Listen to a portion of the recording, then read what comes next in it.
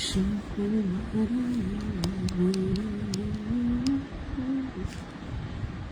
को जय जय श्री राम, जय जय श्री राम, जय जय श्री राम।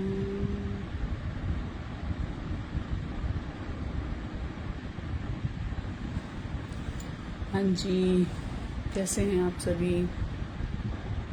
मैं तो अच्छी हूँ, बहुत बढ़िया हूँ। बस थकावट हो रही है, सवेरे से मेरा काम बहुत ज़्यादा हो गया था, नींद आ रही है, पर मैंने कहा नहीं, छूट जाएगा, लाइव तो करना ही है। तो चलिए शुरू करते हैं। ओम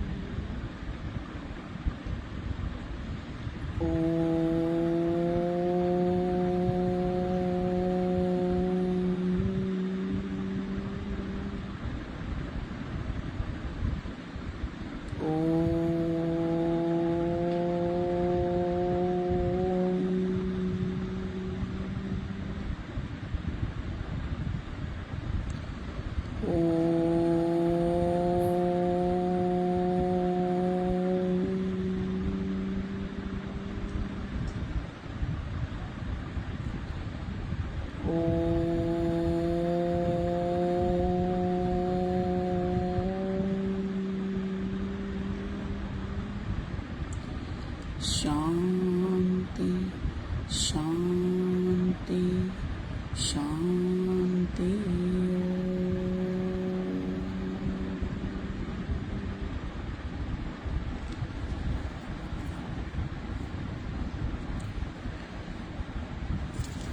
चलिए शुक्रिया करते हैं।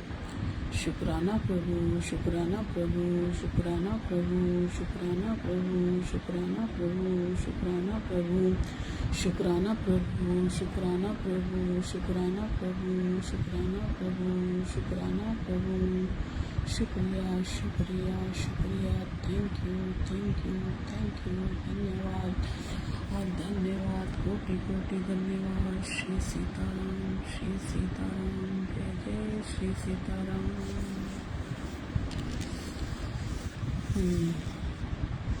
मैंने कल एक मैसेज दिया था कि अगर किसी को कोई क्वेश्चंस हैं या कुछ कोई इस अल्प अपनी तरफ से कोई बात करना चाहता है तो मुझे बता दे, और उससे जो है कुछ ना कुछ, बहुत जितना तो नहीं आता लेकिन जितना आता है उसको हम जवाब देने की पूरी कोशिश करेंगे। और बाकी तो सब लोगों को बहुत अच्छा लग रहा है, जितने भी लोग जुड़ पा रहे हैं, और हरी कृपा से ही जुड़ते हैं। पता है, हाँ, भगवान ना तो सबसे अपनी सेवा लेते हैं, ना सबको स्वीकार करते हैं। वो तो करते हैं, लेकिन उन्होंने जैसे हमें निर्मल बना के भेजा ना, कि हमें बिल्कुल शुद्ध रूप में बना के भेजा। जब बाल रूप होते हैं हम सबके पास चले जाते हैं, सब हमको खिलाते हैं, सबके साथ हम खुश रहते हैं। लेकिन जैसे ही धीरे धीरे हम बड़े होने लगते हैं तो हमारे अंदर जो छल कपट, ये मेरा, ये तेरा, ये चाचा है, ये ताऊ है, इससे ये मत करो, उसको वो मत खिलाओ, तो ये सब करते करते ना हम अपने मतलब भगवान का स्वरूप तो खत्म होता है, इंसान का भी खत्म हो जाता है। और हम कहीं ना कहीं एक दैत्य, मतलब एक क्या है ये पशु योनि, तो ही कि हम सिर्फ अपना अपना, पशु भी नहीं अपना सोचता, राक्षस प्रवृत्ति की तरह, बस हमें मिल जाए, हमें मिल जाए, हमें मिल जाए, हम खा लें, हमारे पास सब कुछ आ जाए। तो जो भी और एक बात और होती है कि भगवान अगर किसी से कुछ कहता ना कि हम कुछ मांग रहा है कोई, तो आपको वो दाता बना रहा है। एक बार क्या हुआ, एक किसान था, उनके गांव में कोई एक संत आए, तो वहाँ का राजा भी था। तो उस किसान के खेत में कुछ भी नहीं था उन्हें ले जाने के लिए। पहले के लोग क्या करते थे कि कहीं पर भी कुछ ना, खाली हाथ तो आज भी नहीं जाते हैं लोग, लेकिन पहले के समय में क्या होता था कि उनके खेत में जो चीज उपज होती थी ना, वो उसी को लेके जाते थे। किसी के पास आटा, किसी के पास चावल, चीनी, गेहूं, जिसके पास जो हो वो लेके जाता था। अब वो बहुत बेचारा गरीब किसान था, उसके पास कुछ भी नहीं था। अब वही सोच रहा था मैं कैसे दर्शन करने जाऊं, कैसे दर्शन करने जाऊं। वो बहुत सोच में था, और थोड़ी देर बाद उसकी निगाह अपने एक छोटे से तालाब पर पड़ी, जहां पर पानी बहुत थोड़ा सा था, कीचड़ ही कीचड़ था, बिल्कुल बिल्कुल कीचड़, नीरा कीचड़। तो वो बहुत सोच रहा था कि मैं क्या करूं, मेरे पास तो शुद्ध पानी भी नहीं है, जल भी नहीं है। तो सोचते सोचते जब उसने नजर घुमाई तो देखा वहां पे एक बहुत सुंदर कमल खिला हुआ था, और इतना दिव्य कमल था वो, और बेमौसम का। तो उसे ये लग रहा था कि कमाल है, और वो एक ही कमल था और बड़ा ही खूबसूरत था। तो उसको लगा कि इतना सुंदर पुष्प है, अगर मैं इसे ले जाके बेच दूं और वहां से मुझे जो भी पैसे मिलेंगे मैं उनसे कुछ ना कुछ सामग्री लेके चला जाऊंगा उनके पास। जो महात्मा आए हैं दर्शन करने के लिए, मैं जाऊंगा तो खाली नहीं जाना पड़ेगा।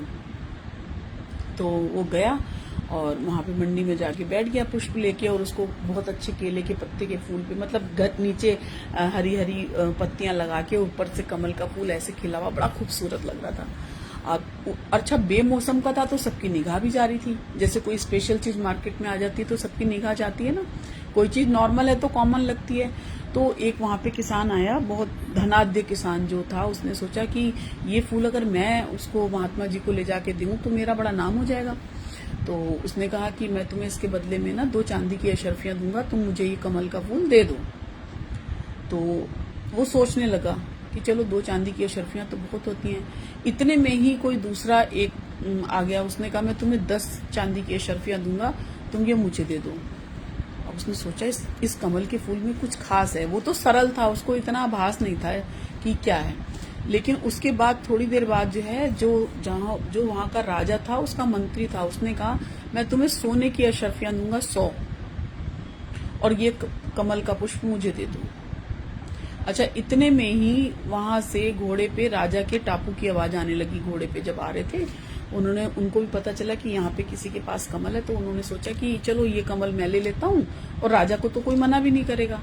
तो उसने कहा मैं इसके बदले में तुम्हें 1000 सोने की मोहर दूंगा, तुम ये कमल का फूल मुझे दे दो। अब उसको ये लगा कि अगर ये सारे लोग उसी महात्मा के लिए ये चीज ले रहे हैं और इतना विशेष फूल है तो क्यों ना मैं क्यों बेचूं। और सबको एक ही लालसा थी कि वहां से हमें जो आशीर्वाद मिलेगा, हमारी पांचों पुश्तें तर जाएंगी। लोग मतलब लालच देते भी हैं तो लालच के वशीभूत देते हैं कि हमारा ये हो जाएगा, ये हो जाएगा, इस वजह से। तो उसने सोचा मैं इसको खरीद के अगर मैं अपना जीवन यापन कर भी लूंगा तो क्यों ना मैं ये डायरेक्ट उस महात्मा जी को दे दूं। मैं उनके लिए ही तो लेने जा रहा था, और अगर मैंने डायरेक्ट उन्हें दे दिया तो मुझे तो बहुत सारा आशीर्वाद वैसे ही मिल जाएगा, मैं क्यों इनको बेचूं। तो उसने अपने अंतर मन की सुनी और वो फूल लेके वहां पे चला गया। फूल लेके गया और बहुत भीड़ थी, वहां से भीड़ को हटते हुए उसने बहुत संभाल की सहिष्णुता से उनके चरणों में वो फूल ले जाके रख दिया।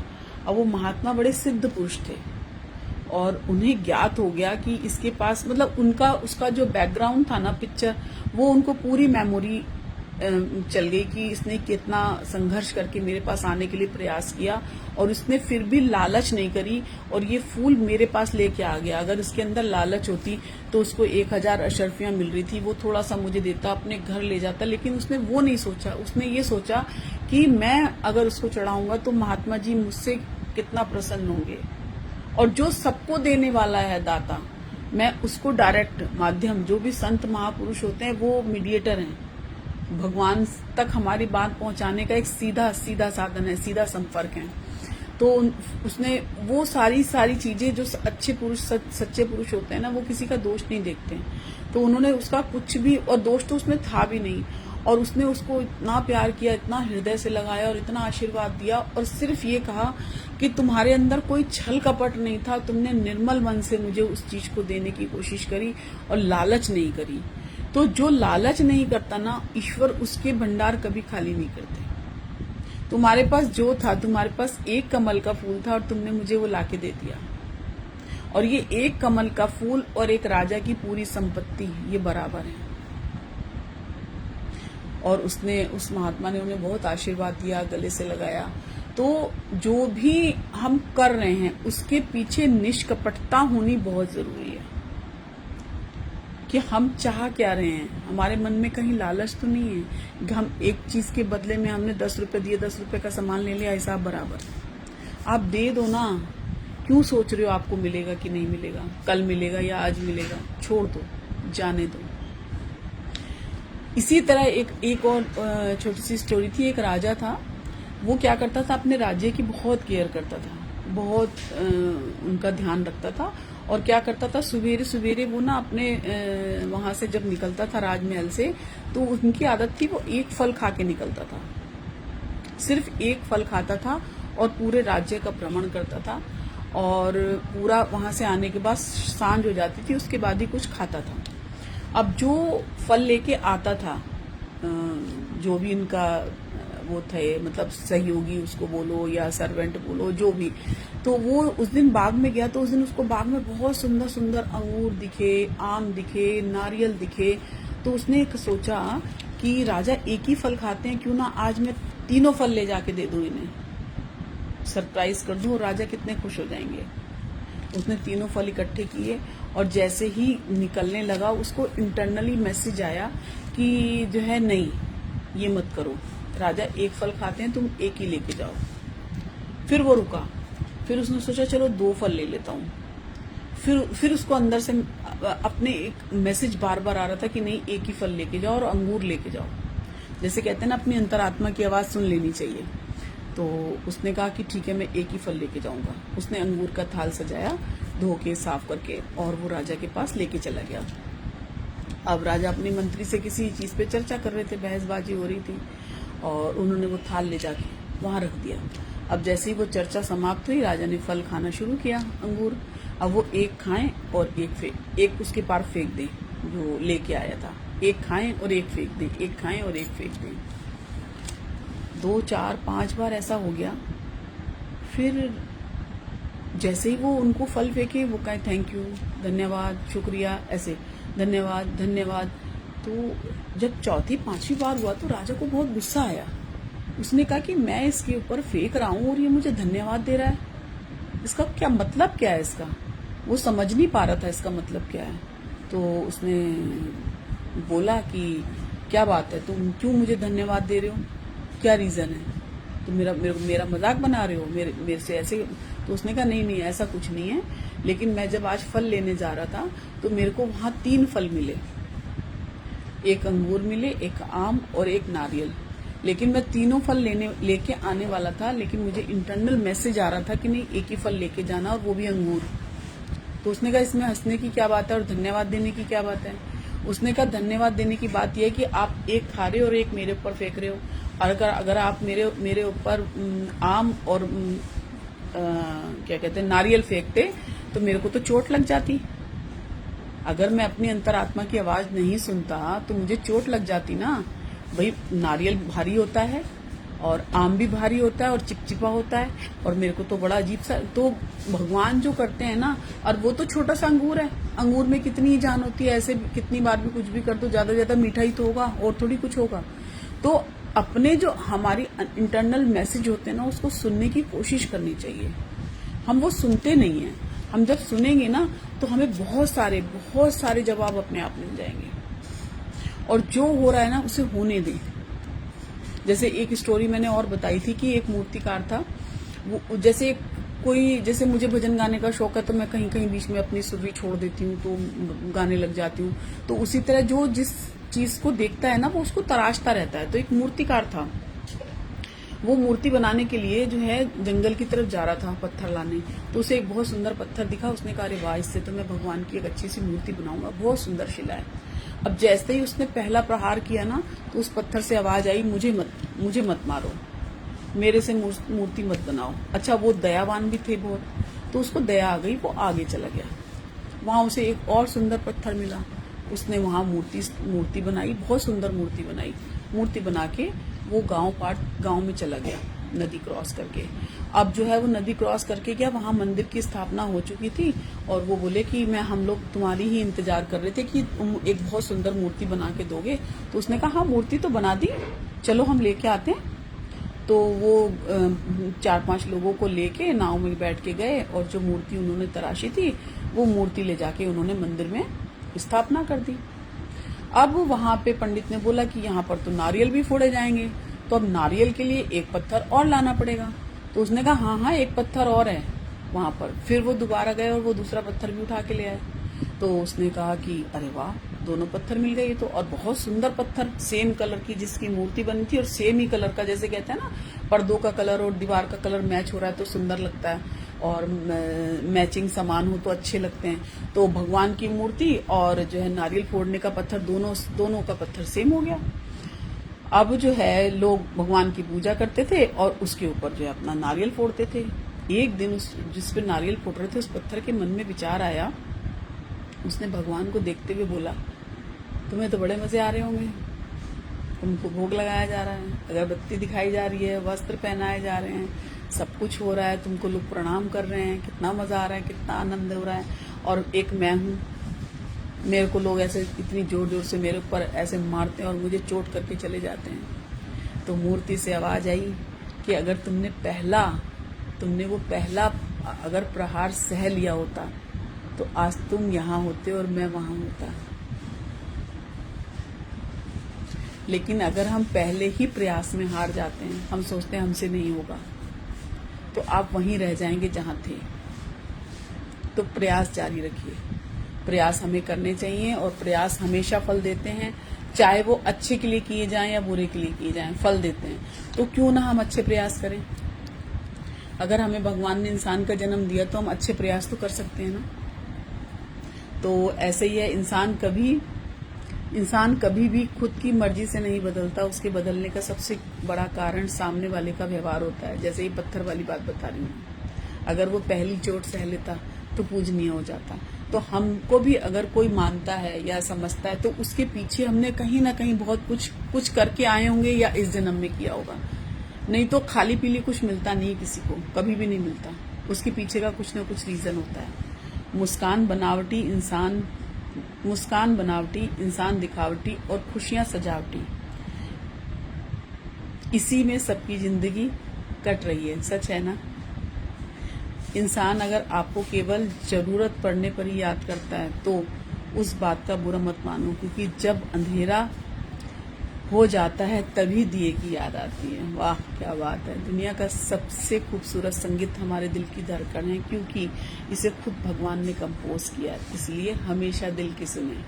जो मैं भी कह रही थी, एक बहुत अच्छी बात जो जिंदगी भर याद रखिए, अगर आप खुश रहना ही आपका बुरा चाहने वालों के लिए सबसे बड़ी सजा है, तो खुश रहिए, जाने दीजिए। समस्या के बारे में सोचने पर बहाने मिलते हैं, समाधान के बारे में सोचने पर रास्ते मिलते हैं। जिंदगी आसान नहीं, बस खुद को मजबूत बनाना पड़ता है। उत्तम समय कभी नहीं आता, समय को उत्तम बनाना पड़ता है। पता है क्या होता है, कभी कभी हम जैसे कोई घर में आ गया, हमारी तबीयत ठीक नहीं है, फिर भी हम नॉर्मल हो जाते हैं, ठीक हो जाते हैं ना। तो उसी तरह अगर हम बेमन से भी अच्छी चीजें करने लग जाएंगे ना, तो धीरे धीरे हम उसमें कन्वर्ट होने लग जाते हैं। जैसे वाल्मीकि जी ने राम राम नहीं बोल पा रहे थे, तो मरा मरा कह के मरा मरा मरा मरा करके वो राम राम निकलने लगा। तो आप बेमन से भी अच्छे कर्म करते रहिए। आप यही सोच के कर लीजिए कि आपको इसका फल मिलेगा, इसके बदले में पुण्य मिलेगा। लेकिन अगर आपकी आदत पड़ गई ना, तो फिर वो आदत आपके अंदर आ ही जाएगी अच्छा करने की। आप ईश्वर के प्यारे बन ही जाओगे, ईश्वर के फ्रेंड बन ही जाओगे, ईश्वर स्वरूप हो ही जाओगे, निश्चित है। जिन्हें ईश्वर ने हृदय और परख दी है, वे आदमी की पोशाक नहीं देखते, उनके गुण और चरित्र देखते हैं। तो बेमन से करते रहो ना यार, क्या जा रहा है। कर्म कभी माफ नहीं करता, रुलाया है तो रोना निश्चित है। कर्म से बड़ा कोई न्यायाधीश नहीं, कर्म का लेखा कभी झूठा नहीं होता। कर्म समय आने पर न्याय जरूर करता है। ईश्वर शायद माफ कर दे, लेकिन किसी के बुरे किए कर्म कभी माफ नहीं कर पाएंगे। खुद से भी नहीं माफ होते, ईश्वर तो कर देते हैं, हम नहीं कर पाते। न जाने कैसे लोग खुद को खुदा मान लेते हैं। अपना तो अभी इंसान होने का सफर भी बाकी है। बनो जिसको खुदा बनना है, अभी हम इंसान बन जाएं, जिसमें कोई कमी ना हो। ऐसा रिश्ता मिलना नामुमकिन होता है, पर कमियां जानकर भी उसमें खूबियां ढूंढ ले, बस वही रिश्ता सबसे ज्यादा खूबसूरत होता है। अरे वाह, आई लव यू यार, बहुत ही सुंदर लिखा है। प्रार्थनाएं लौट कर आते हैं, कभी कृपा बनकर और कभी सहारा बनकर। रोटी का खेल भी कितना निराला है, कोई इसे पाने के लिए दौड़ रहा है और कोई इसे पचाने के लिए। देखो ना, जब पैसा आ जाता है, रोटी है हम खा नहीं सकते, बिस्तर है हम सो नहीं पा रहे हैं, मीठा खाना है शुगर हो गई है, ब्लड प्रेशर हो गया है। क्यों हो गया? क्योंकि हमने इन हाथों से कुछ अच्छा कर्म किया ही नहीं है। ना अपने लिए किया, ना खुद के लिए किया, दूसरों के लिए किया। अपने लिए तो नहीं किया, दूसरों के लिए भी नहीं किया। कहीं पहुंचने के लिए जहां हो वहां से निकलना जरूरी है। आपको अगर कहीं पर भी जाना है ना, जैसे हम कभी बीमार भी हो जाते हैं ना, तो डॉक्टर कहते हैं ना कहीं बाहर घूम फिर के आओ, तो उस प्लेस को छोड़ दो थोड़ी देर के लिए, क्योंकि वहां पे वो यादें स्थिर होती हैं जिस वजह से आप परेशान हो। जब आप वहां से थोड़े समय के लिए हट जाते हैं तो धीरे धीरे डिसॉल्व हो जाती हैं चीजें, खत्म। जैसे अगर बहुत बैड स्मेल भी होती है ना कहीं घर पर, या जैसे कोई जानवर मर जाता है, चूहा मर जाता है, तो कितनी गंदी स्मेल आती है कोई भी चीज। तो उसको जब हम साफ कर देते हैं ना, उसके बाद भी वो गंध बनी रहती है, जबकि हमने सारी साफ सफाई कर दी, परफ्यूम डाल दिया, लेकिन उसमें स्मेल रहती है। लेकिन आप उसे खाली खुला छोड़ दीजिए एयर में, तो वायु अपने आप ही अंदर आना जाना करेगी और वो ठीक हो जाएगा, सारा का सारा क्लीन हो जाएगा। तो कुछ चीजों को छोड़ देना बेहतर होता है, उसे छोड़ दो, वो अपने आप रिलैक्स हो जाएगा। सही व्यक्ति का कंधा जीवन के हर बोझ को हल्का कर देता है। जैसे आप सभी हैं, इतना सारा प्यार देते हैं तो मैं बहुत लाइट हो जाती हूँ। गलतियां हर एक इंसान करता है, पर गलती वही स्वीकार करता है जो गलतियों से सीखता है, रिपीटेशन नहीं करता। कठिन समय में जब मन से धीरे से आवाज आती है कि सब अच्छा होगा, अपने आप इंटरनल आवाज, इंटरनल मैसेज, यही परमेश्वर की सच्ची पुकार है। जिंदगी में हम कितने सही हैं और कितने गलत हैं, ये सिर्फ दो ही लोग जानते हैं, एक परमात्मा और दूसरा आपकी अंतरात्मा।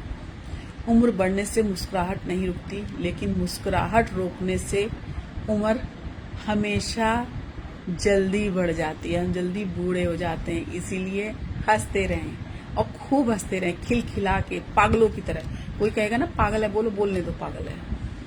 और पता है, जो पागल होता है ना, वास्तव में उसको सच्ची अनुभूतियां होती हैं। इसलिए जब भी हंसें, बिंदास हंसें, किसी को जो भी समझना है समझ दो। स्मृतियां इतनी नोकीली होती हैं कि होती हैं कि चुभ जाती हैं मुस्कानों में भी। कभी कभी ऐसा होता है ना, कुछ चीज़ें ऐसी होती हैं कि हम 10 लोगों के बीच में बैठे होते हैं और हमें कुछ बैक मेमोरी जो है रिकॉल हो जाती है और हमें वहीं से एक चुभन शुरू हो जाती है, हमारा बैठना मुश्किल हो जाता है, तो वो भी उसको रिलीज कर देगा, आप हंसने लग जाओ।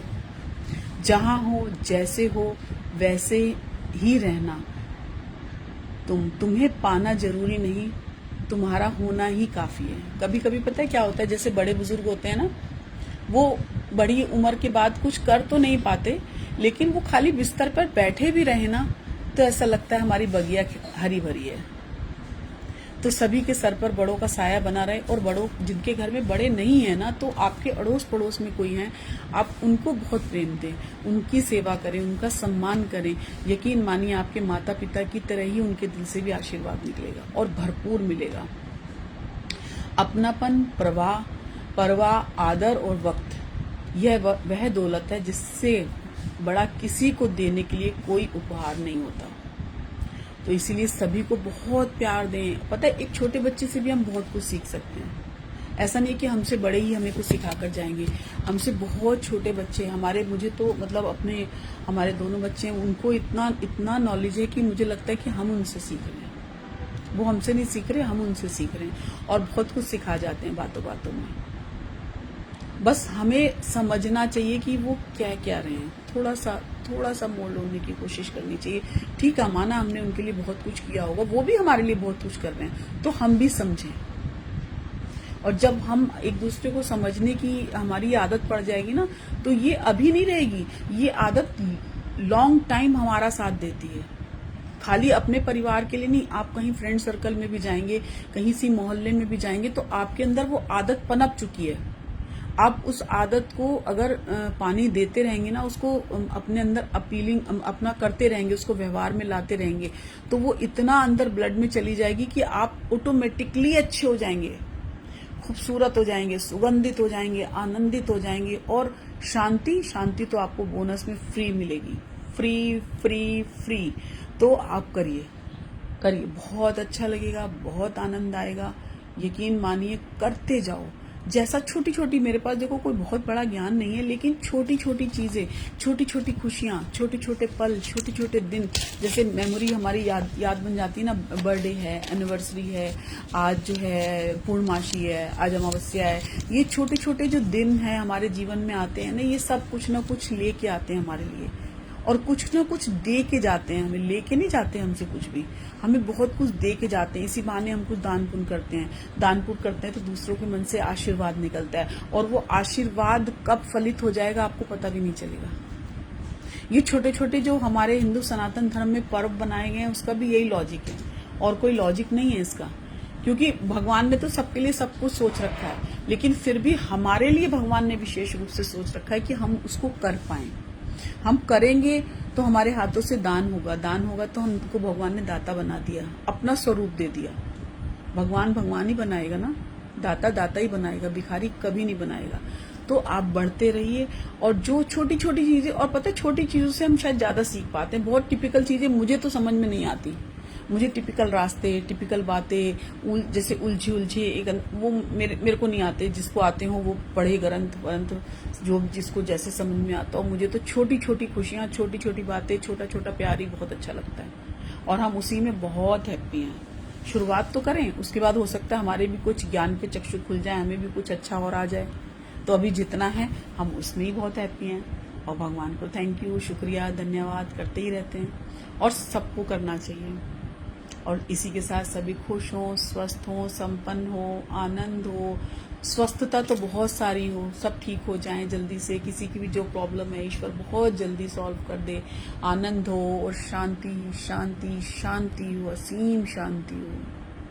सभी को जय श्री राम, जय श्री राम, जय श्री राम। थैंक यू सभी का जुड़ने के लिए। राम।